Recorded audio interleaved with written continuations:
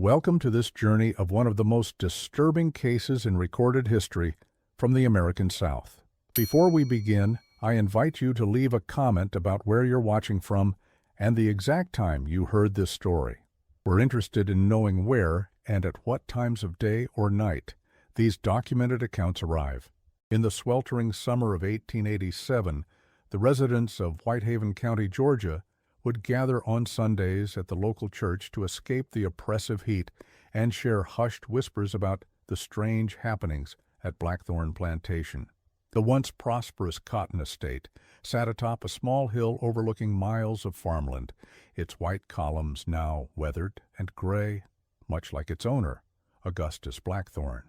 But it wasn't the aging widower who drew their whispers. It was his daughter, Eleanor, whom no one in town had seen in nearly 3 years. The Blackthornes were once the most prominent family in the county, hosting lavish parties where politicians and businessmen from Atlanta would journey to curry favor with Augustus, whose cotton empire stretched across 3 counties. After his wife Margaret died during a particularly harsh winter in 1880, Augustus withdrew from society, and the grand parties ceased. The plantation's operations continued, but the main house became increasingly isolated from the community. According to town records preserved in the Whitehaven Historical Society, the Blackthorne family had arrived in Georgia in 1868, shortly after the Civil War ended.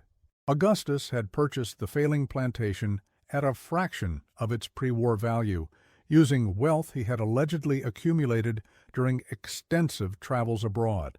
Within 5 years, he had transformed the property into one of the most productive cotton plantations in the region, employing innovative farming techniques that local farmers initially mocked, but eventually adopted themselves.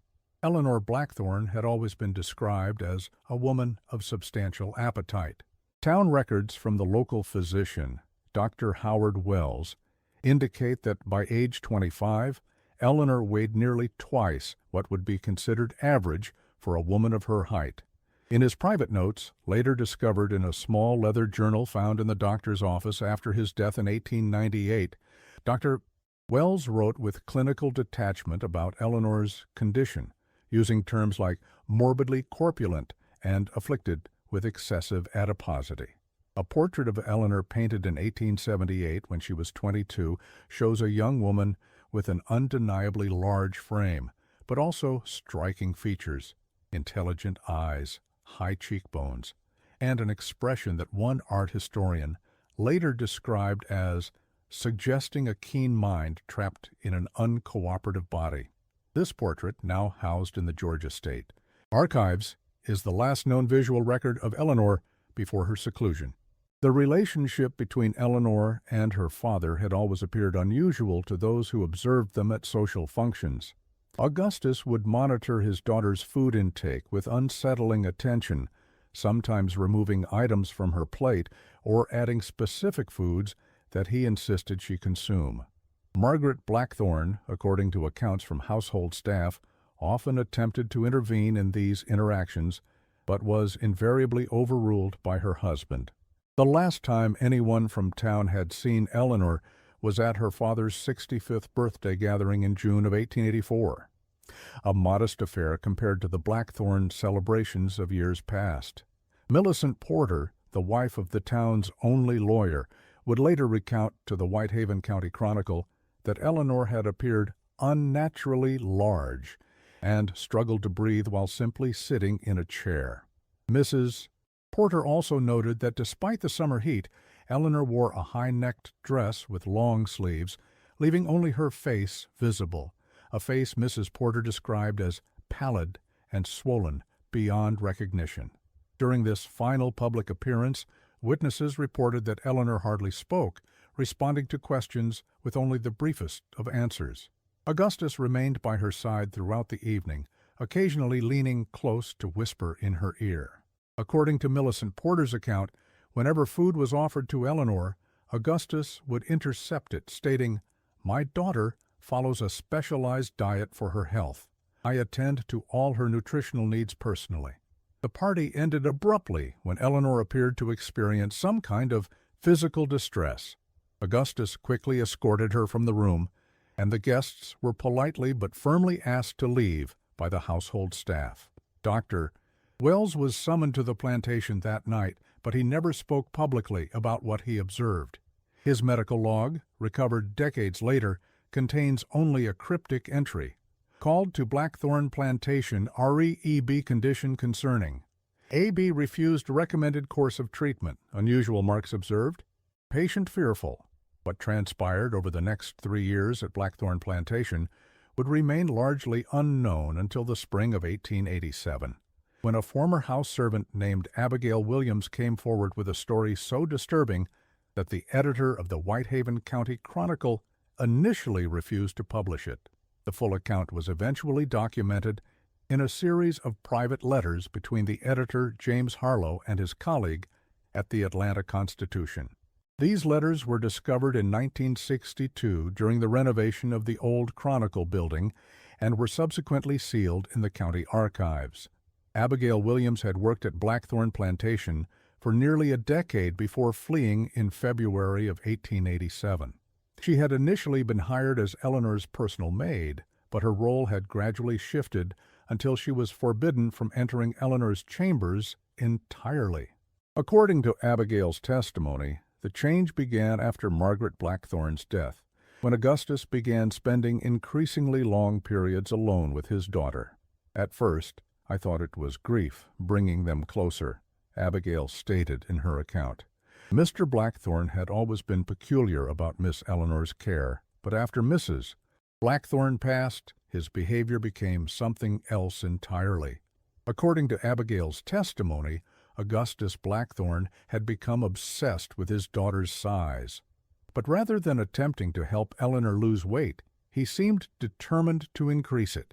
Mr. Blackthorne would insist on feeding Miss Eleanor himself, Abigail reported.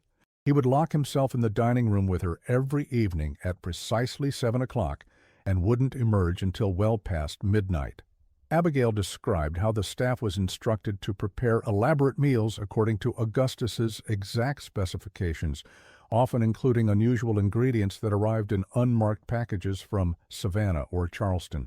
The kitchen staff was forbidden from tasting any food prepared for Eleanor, and all leftovers were to be burned, rather than consumed or discarded normally.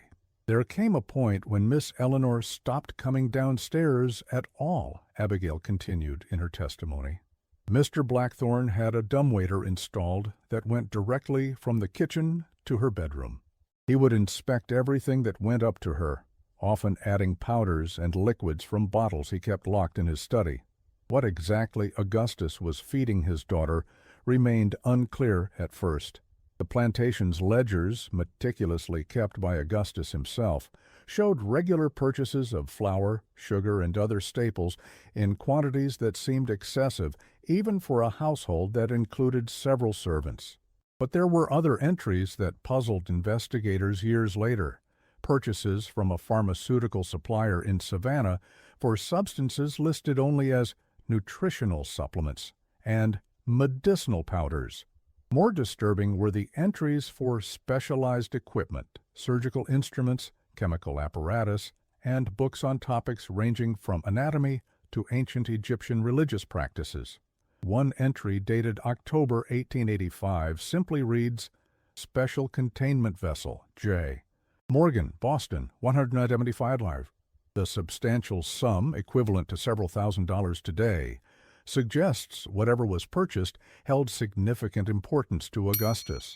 Abigail reported that by early 1886, strange sounds could be heard coming from Eleanor's room at night, not quite crying, not quite laughing, but something in between. The household staff was forbidden from entering the east wing of the second floor, where Eleanor's chambers were located. Augustus himself carried trays up to her room 3 times daily, and Abigail noted that the trays returned empty, but often bore unusual stains. The last straw for me, Abigail stated, was when I accidentally encountered Mr. Blackthorne coming out of Miss Eleanor's room late one night. His shirt was covered in what looked like blood, but he wasn't concerned at all. He smiled at me and said, "She's accepting the nourishment beautifully."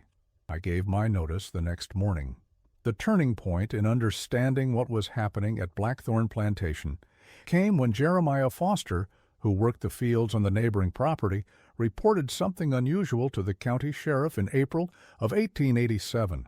Foster claimed that while hunting near the border of Blackthorne's land, he had discovered a small outbuilding that appeared to be a smokehouse. "But it wasn't like any smokehouse I ever seen," Foster stated in the sheriff's report. "There weren't no pork or venison hanging there, just these things in jars, and a smell I can't rightly describe." Foster's description of the outbuilding included details that initially seemed fantastical. Glass containers of varying sizes containing what appeared to be organs preserved in liquid, diagrams pinned to the walls showing human anatomy with extensive annotations, and a leather-bound book open to a page describing ancient Egyptian canopic jars, which were used to preserve organs of the deceased for the afterlife. Most disturbing was Foster's account of finding what appeared to be a journal written in Augustus's hand, with an entry that read, "The external application proves insufficient. Internal integration must be achieved for true preservation. E continues to grow as the vessel expands to accommodate the sacred materials. Soon, the transformation will be complete." The sheriff, Thomas Garrett, initially dismissed Foster's claims as the ramblings of a man known to enjoy strong drink. But when a second witness, a traveling salesman named Oliver Prescott, reported seeing Augustus Blackthorne carrying what appeared to be medical equipment into the main house late one evening, Sheriff Garrett felt compelled to investigate. Prescott, who sold pharmaceutical supplies throughout the southern states, had attempted to call on Augustus Blackthorne to offer his catalog of products. Arriving at the plantation near dusk, Prescott observed Augustus unloading packages from a private carriage. "I recognized some of the items as medical in nature," Prescott stated in a sworn affidavit. "Specifically, I identified a surgeon's kit of the kind used in field hospitals during the war, glass vials of the type used for storing chemicals, and what appeared to be preservation jars, similar to those used by anatomists." When Prescott called out a greeting, Augustus, reportedly startled, then hurriedly covered the items with a cloth. He refused Prescott entry to the house, stating that this is not a convenient time, and suggesting that the salesman return the following week. Prescott, feeling uneasy about the encounter, mentioned it to the proprietor of the inn where he was staying in town, who in turn related the story to Sheriff Garrett. On May 12, 1887, Sheriff Garrett arrived at Blackthornne Plantation with a deputy. According to the official report filed at the county courthouse, Augustus greeted them cordially on the front porch, dressed impeccably in a black suit despite the afternoon heat. When asked about his daughter's well-being, Augustus reportedly smiled and said, "Eleanor is thriving under my care. She has special dietary needs that only I understand." The sheriff requested to see Eleanor, citing concerns raised by former staff members. Augustus's demeanor changed instantly. "My daughter is not receiving visitors," he said coldly. "She is engaged in her daily rest and cannot be disturbed." When Sheriff Garrett insisted, Augustus produced a letter, allegedly written by Dr. Wells, stating that Eleanor suffered from a rare condition that required isolation and specialized care. Dr. Wells would later deny ever writing such a letter. Sheriff Garrett noted in his report that during this conversation, he detected an unusual odor emanating from the house, sweet yet medicinal, reminiscent of the embalming room at Fisher's funeral parlor, but with undertones of something organic and decaying. When he commented on the smell, Augustus attributed it to experimental fertilizers he was developing for use on the plantation. Unable to find legal grounds to force his way into the home, Sheriff Garrett left the plantation, but stationed his deputy, William Hayes, to watch the property from a distance. For 3 days, Hayes observed the comings and goings at Blackthornne Plantation. In his notes, later recovered from the sheriff's archives, he documented that Augustus left the house only once, shortly after midnight on the second day, carrying a lantern and walking toward the small structure Foster had described. Hayes noted that as the days passed, the few remaining servants at the plantation appeared increasingly agitated. One elderly groundskeeper was observed vomiting in the garden after emerging from the main house. The cook departed in the middle of her shift on the second day, taking nothing with her but the clothes on her back. Most tellingly, Hayes recorded hearing a sound like no human voice I have ever encountered, a sustained, mournful tone that rose and fell in pitch, emanating from the east wing of the second floor, late on the third night of his surveillance. What happened next remains a matter of historical debate. According to Hayes's official report, he followed Augustus to the outbuilding and observed through a small window as the plantation owner prepared what appeared to be some kind of concoction using various powders and liquids. Hayes described seeing jars containing unidentifiable organic matter and what looked like preserved anatomical specimens. Before he could see more, Hayes was discovered by Augustus, who chased him off the property with a shotgun. In a personal journal entry not included in the official report, Hayes wrote, "I am convinced that Mr. Blackthornne is engaged in practices that violate both law and nature. Among the items I glimpsed in that unholy workshop was what appeared to be human tissue in various stages of preservation. God forgive me for what I saw, and for my failure to act immediately to stop whatever abomination is taking place in that house." The following morning, May 16, 1887, Sheriff Garrett assembled a group of 5 men and returned to Blackthornne Plantation with a warrant to search the premises, specifically the outbuilding Hayes had observed. They found the plantation unnaturally quiet. No servants were present, and no sound came from the main house.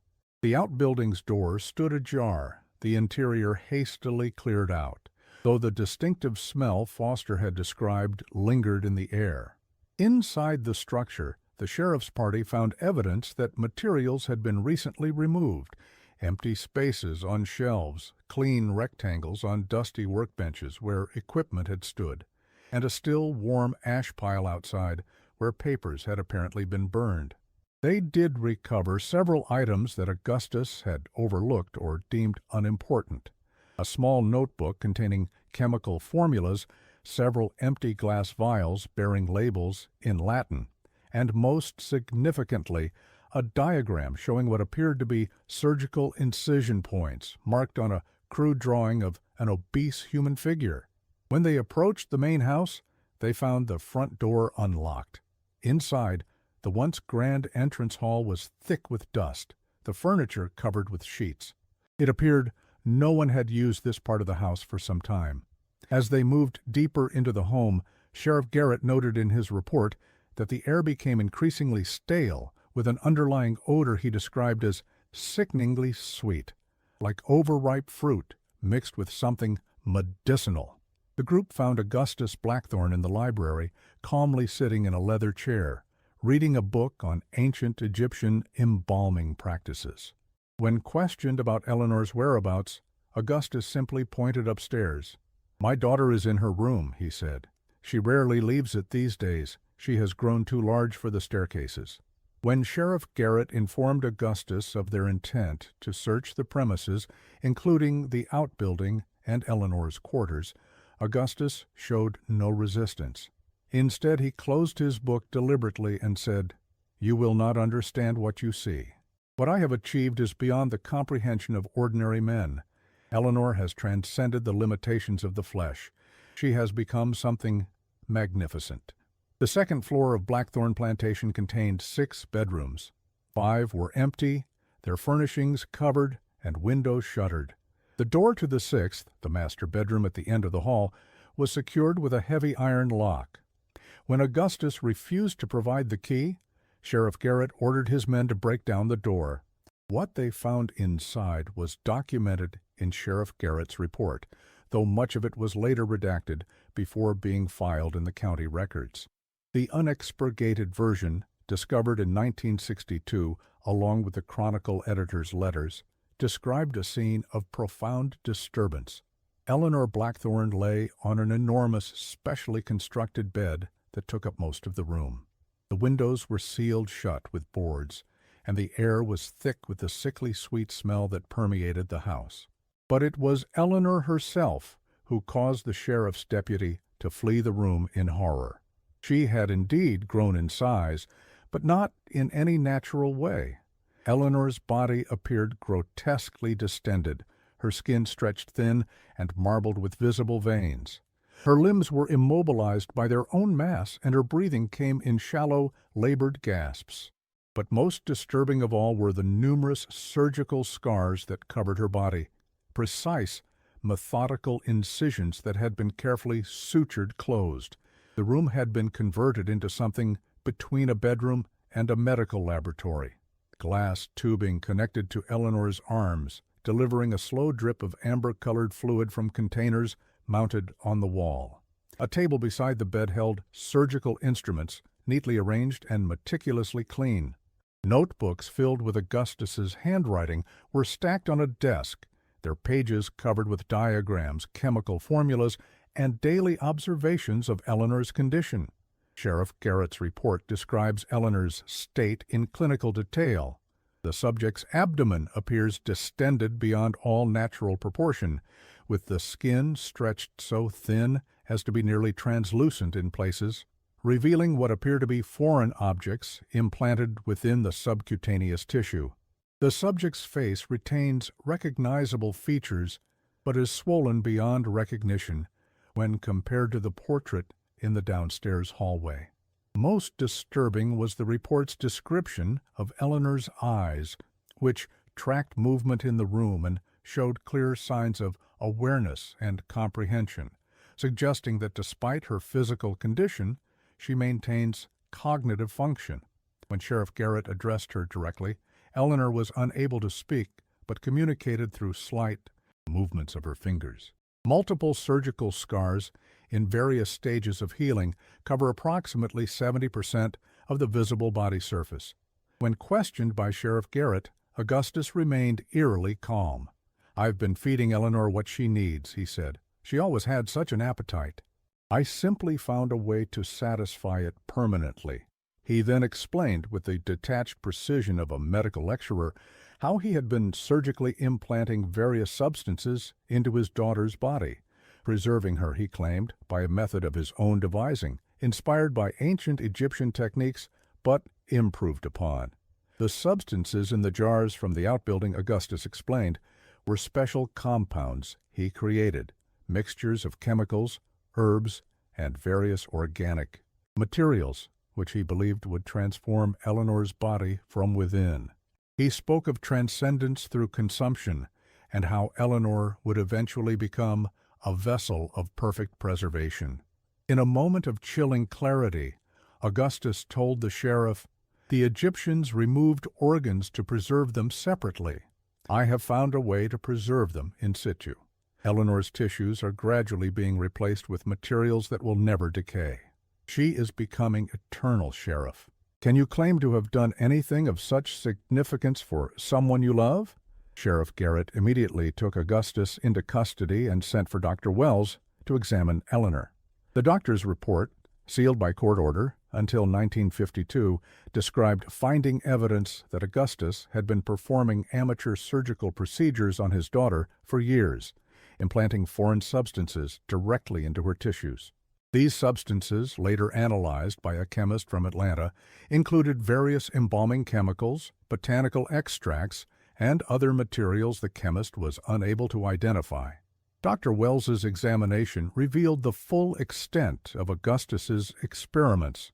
Eleanor's digestive system had been surgically altered to allow for the direct introduction of preservative compounds into her tissues. Her internal organs showed signs of calcification and chemical infiltration. Most alarmingly, Dr. Wells found evidence that Augustus had been gradually replacing Eleanor's blood with an embalming solution of his own creation, a process that had been ongoing for months, if not years. Most disturbing was Dr. Wells's conclusion that many of the procedures had been performed while Eleanor was conscious, based on the presence of restraint marks on her wrists and ankles. The doctor also noted that while Eleanor was physically alive, she seemed to exist in a state of semi-consciousness, responding to stimuli but unable to communicate beyond unintelligible sounds. In a private letter to a medical colleague in Atlanta, later discovered among his effects, Dr. Wells wrote, "In my 30 years of medical practice, I have never encountered anything approaching the systematic physiological transformation visited upon Miss Blackthornne. Her father has effectively converted her living body into a vessel for his experimental preservatives, a process that must have caused unimaginable suffering. Yet when I administered morphine for her comfort, her eyes registered not relief, but fear, as though the pain were preferable to the unconsciousness that might lead to death." Eleanor Blackthornne died 3 days after being discovered, despite Dr. Wells's attempts to treat her. The official cause of death was listed as systemic failure due to toxicity and physical trauma. Augustus Blackthornne never expressed remorse for his actions. During his trial in August 1887, he maintained that he had been helping his daughter achieve a state of physical transcendence. The court found him criminally insane, and he was committed to the Georgia State Asylum in Milledgeville, where he died in 1892. The trial of Augustus Blackthornne caused a sensation throughout Georgia, though efforts were made to suppress the most disturbing details. The Atlanta Constitution ran a series of articles on the case, describing it as a shocking perversion of paternal care and evidence of the depths to which the human mind can sink when untethered from Christian morality. These articles focused primarily on Augustus's mental state rather than the specifics of his experiments, which were deemed too disturbing for public consumption. After Eleanor's death, Abigail Williams came forward with additional information that shed light on Augustus's descent into madness. According to Abigail, Augustus had become obsessed with preservation and immortality after his wife's death. In the months following Margaret's funeral, Augustus spent increasing amounts of time in his library, studying ancient texts on embalming and preservation. Abigail recalled finding notebooks filled with Augustus's handwriting, detailing experiments he had conducted on small animals. He believed that by finding the right combination of substances and introducing them to a living body, he could prevent decay while maintaining life, Abigail explained. Miss Eleanor became his experiment. Abigail also revealed that Augustus's interest in preservation predated his wife's death. She recalled an incident in 1879 when Augustus returned from a trip to Charleston with a small Egyptian artifact, a canopic jar that he claimed contained the preserved liver of an ancient priestess. He would spend hours in his study examining this jar, sometimes talking to it as though the object could hear him. After Margaret's death, the jar disappeared from the study, and Abigail suspected Augustus had opened it to analyze its contents. Most disturbing was Abigail's recollection of a conversation she overheard between Augustus and Eleanor in early 1885, in which Augustus told his daughter, "Your mother is gone, but you will never leave me. I've found a way to keep you forever, my dear. You'll be filled with substances that defy time itself. Isn't that what you've always wanted? To be filled completely?" The Blackthornne plantation was sold at auction in 1888, purchased by a businessman from Atlanta who had no knowledge of its history. Within a year, the new owner abandoned the property after experiencing what he described as unbearable nightmares and the constant sensation of being watched. The house remained empty for decades, falling into disrepair until it was finally demolished in 1923 to make way for agricultural land. In a letter to his brother dated November 1889, the businessman James Hargrove wrote, "I cannot explain what happens in that house when darkness falls. The air becomes thick and difficult to breathe, carrying a sweetness that turns the stomach. Sounds emanate from the east wing, the wing I have never used, as though something massive is shifting its weight.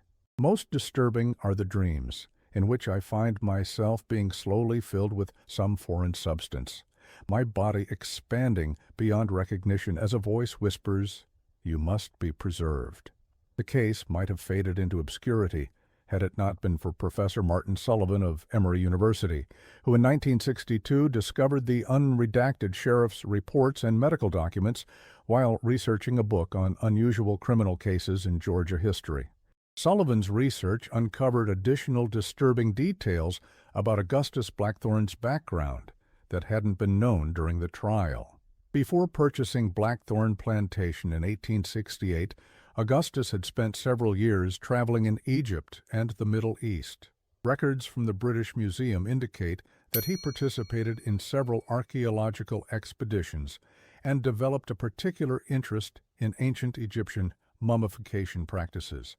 More concerning were documents suggesting that Augustus had been asked to leave an expedition in 1866 after being caught attempting to perform unauthorized experiments on recently discovered mummified remains. A letter from the expedition leader, Sir William Cartwright, to the British Museum's Board of Directors stated, "Mr. Blackthorne's interest in Egyptian funerary practices exceeds the bounds of scholarly inquiry. He has been discovered on multiple occasions extracting samples from mummified remains for his own analysis, and his questions to our Egyptian workers about traditional embalming methods have taken a disturbing turn toward speculation about applying such techniques to living subjects. I have asked him to withdraw from our expedition forthwith." Sullivan also found evidence that Augustus had maintained correspondence with several controversial medical researchers of the period who were exploring the boundaries between life and death. One such letter, dated 1879, a year before Margaret Blackthorne's death, contained a passage that reads, "The ancient Egyptians understood what modern medicine refuses to acknowledge, that the boundary between life and death is not fixed, but permeable. With the right techniques, one might exist in both states simultaneously." The recipient of this letter, Dr. Victor Holloway, was known in medical circles for his experiments with chemical preservation of tissues. Holloway had been dismissed from his position at a Philadelphia medical college after allegations that he had attempted to preserve living tissue using modified embalming techniques. His response to Augustus, also recovered by Sullivan, encourages Blackthorne's line of inquiry but cautions that the subject must be properly prepared through dietary modification before the introduction of preservatives. The system must be gradually acclimated. Perhaps most disturbing were the personal diaries of Augustus that Sullivan discovered in the university archives, donated anonymously in 1927. The entries from the months following Margaret's death reveal a man consumed by grief and fear of his own mortality. "M is gone, but I will not allow E to follow," one entry reads. "She has always carried too much life within her form. I will use this abundance to anchor her to this world permanently." As the diaries progress, Augustus's focus shifts from grief to a methodical documentation of his experiments. He records precise formulations of preservative compounds, observations of their effects when tested on animals, and eventually detailed notes on the surgical procedures he performed on Eleanor. His clinical detachment is occasionally broken by passages of disturbing intimacy.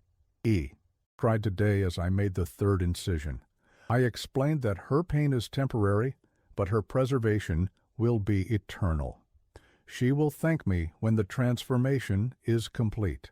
Later entries become increasingly incoherent, mixing references to ancient Egyptian gods with detailed descriptions of surgical procedures and chemical formulations.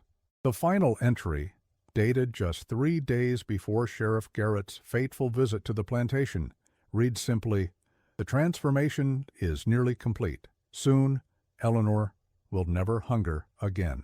During his research, Professor Sullivan attempted to locate any surviving relatives of the Blackthorne family who might provide additional context. He discovered that Augustus had a younger brother, Thomas, who had moved to Boston before the incidents at the plantation. Thomas's descendants were reluctant to discuss the family history, but one grandson, William Blackthorne, shared a family legend that had been passed down. According to William, there had always been something not right about Augustus's relationship with his daughter. Even before Margaret's death, Augustus had controlled Eleanor's diet obsessively, alternately restricting her food and then forcing her to eat enormous meals.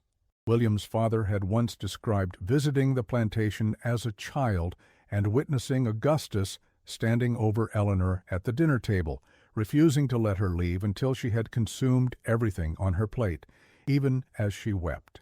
My grandfather always said that Augustus didn't love Eleanor as a father should love a daughter, William told Sullivan. He loved her as a scientist loves a successful experiment. William also revealed a family rumor that Augustus had been responsible for his wife Margaret's death, though no evidence had ever been found to support this. According to the rumor, Margaret had threatened to take Eleanor away after discovering some of Augustus's early experiments. Her sudden illness and death during the winter of 1880 had always been viewed with suspicion by Thomas Blackthornne, who cut all ties with his brother shortly thereafter. Sullivan's research culminated in a monograph titled The Blackthornne Case, Preservation and Perversion in Post-Civil War Georgia, which he submitted to the Journal of Southern Historical Studies in 1964. The journal's editorial board rejected the paper, citing its disturbing content and questionable academic value.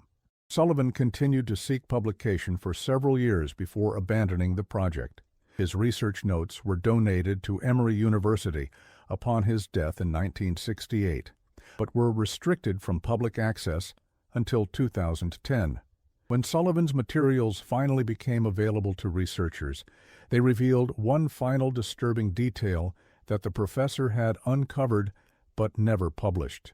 Among the items recovered from Augustus Blackthorne's laboratory was a leather-bound journal containing what appeared to be recipes, detailed instructions for creating the substances he implanted in Eleanor's body. Chemical analysis performed in 1963 on residue found in one of the surviving jars indicated the presence of arsenic, mercury compounds, various plant alkaloids, and most disturbingly, human remains that had been processed into a paste-like consistency. Forensic analysis suggested that these human remains were not Eleanor's, but came from multiple sources. This led Sullivan to investigate whether any unexplained disappearances had occurred in the vicinity of Blackthornne Plantation between 1884 and 1887. His notes mention 3 cases: a traveling peddler last seen heading toward the plantation in November 1884, a young man from a neighboring farm who vanished in April 1885, and an unidentified drifter reported by locals in the summer of 1886.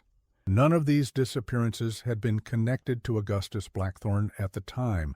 Sullivan's notes speculate that Augustus may have incorporated these individuals' remains into his preservation compounds, believing that human tissue contained vital essence that would aid in Eleanor's transformation.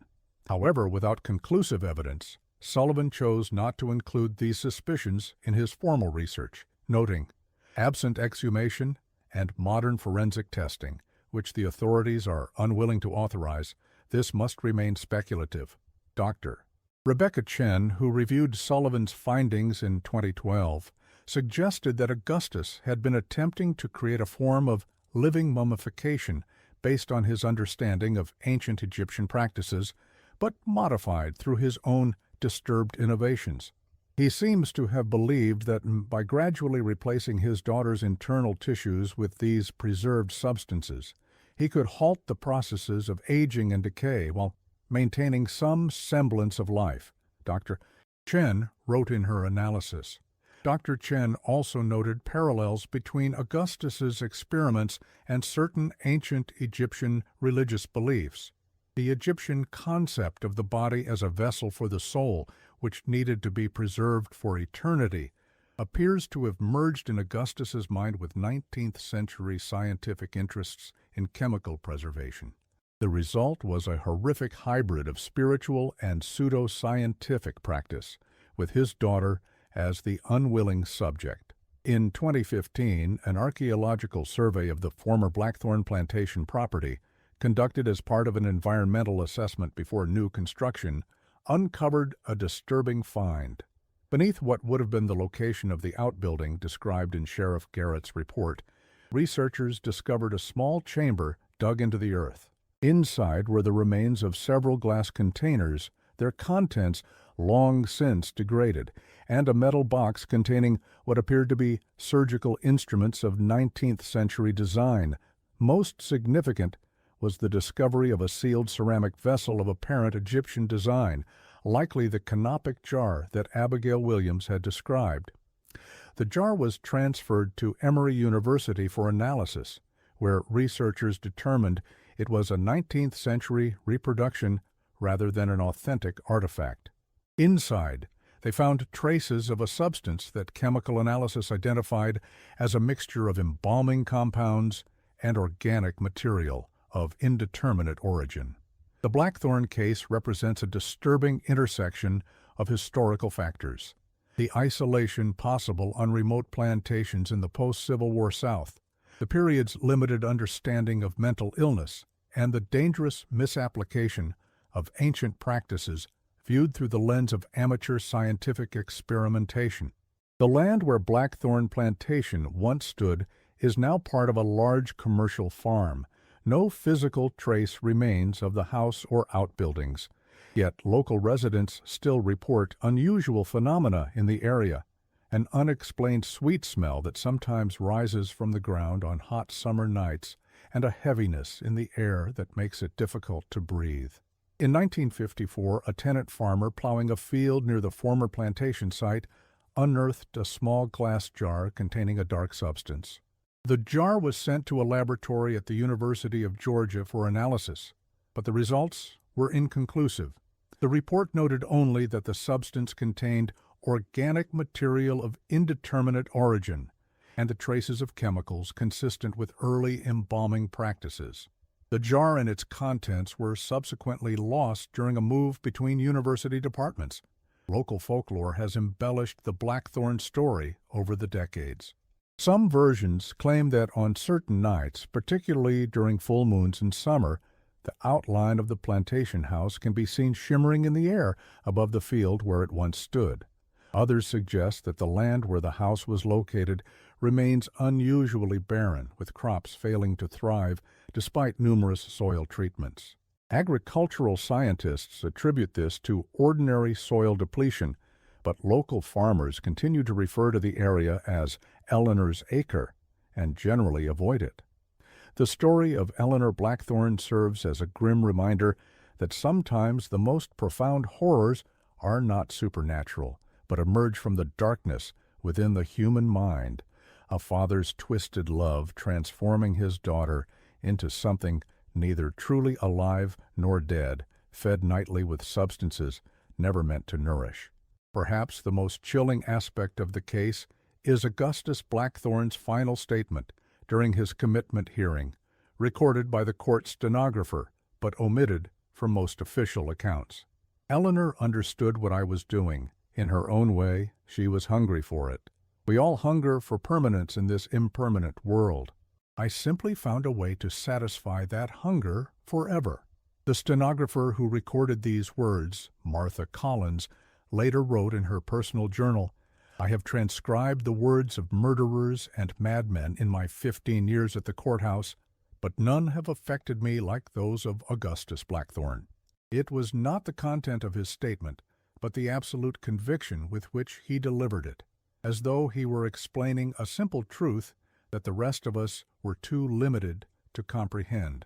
In the decades since, various scholars have attempted to analyze Augustus Blackthorne's motivations through modern psychological frameworks. Some have suggested that he suffered from a rare form of shared psychosis, projecting his fear of death onto his daughter and convincing himself that his actions were for her benefit. Others have proposed that Augustus's experiments represented an extreme manifestation of the period's patriarchal control over women's bodies, taken to a horrific conclusion. Dr. Elizabeth Morgan, a historian specializing in 19th century medical practices, argued in a 2018 paper that Augustus's case represents the dark shadow of scientific progress in the post-Civil War era. a period when boundaries between legitimate medical research and macabre experimentation were often blurred. She notes that Augustus's methods, while extreme, shared certain conceptual similarities with legitimate medical preservation techniques being developed during the same period. What remains undisputed is the methodical nature of Augustus's actions. The careful documentation found in his journals, the precisely formulated compounds, and the surgical precision evident in Dr. Wells's examination of Eleanor all point to a mind that, however disturbed, operated with calculated intent rather than chaotic impulse. A psychological assessment performed during Augustus's commitment at the Georgia State Asylum, recently discovered in the state archives, describes him as entirely rational on all subjects save that of his daughter's preservation. When discussing this topic, the patient displays a curious blend of scientific terminology and quasi-religious fervor, speaking of transcendence and eternal preservation, with the certainty of a prophet. At no point does he acknowledge the suffering his actions caused.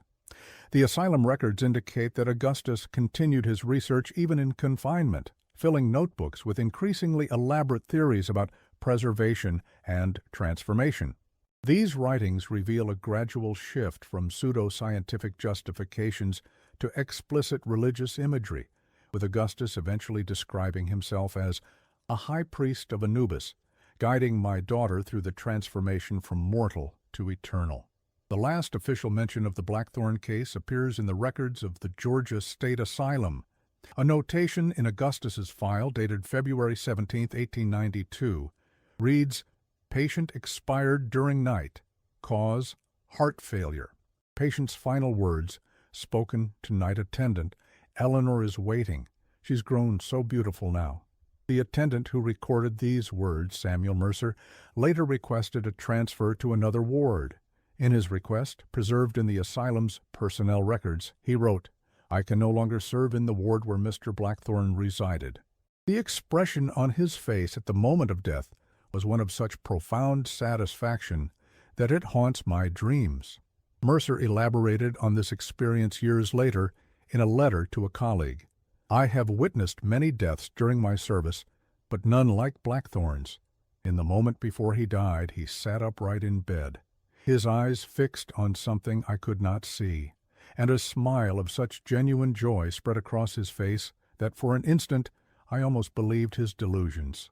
Then he spoke those words about his daughter, laid back, and was gone. For weeks afterward, I dreamed of a massive figure, swollen beyond human proportion, reaching for me with hands that dripped a sweet-smelling amber fluid. Today, the story of what Augustus Blackthorne fed his daughter each night at Blackthornne Plantation exists primarily as an academic footnote and occasional fodder for local ghost tours. But for those who have studied the case in depth, it represents something far more disturbing than a mere ghost story, a glimpse into the darkest potential of human obsession, where love becomes indistinguishable from consumption, and preservation becomes a form of eternal torture. In 2018, during renovation of a building in Savannah that once housed the pharmaceutical company that supplied Augustus Blackthorne, workers discovered a hidden compartment containing correspondence between Augustus and the company's proprietor. These letters, now preserved in the Georgia Historical Society archives, reveal that Augustus had special ordered chemicals, normally used for embalming and tissue preservation, claiming they were for agricultural experiments. More disturbing was the proprietor's apparent awareness of Augustus's true intentions. In one letter, he writes, "Your latest request for increased quantities of mercuric chloride and arsenic compounds raises concerns. While I have been accommodating of your unusual requirements, I must insist on understanding the nature of your experiments more fully. These substances, in the amounts you have ordered, could prove lethal if misused." Augustus's response, dated January 1886, offers a chilling glimpse into his thinking. "My dear friend, your concern is noted, but unnecessary.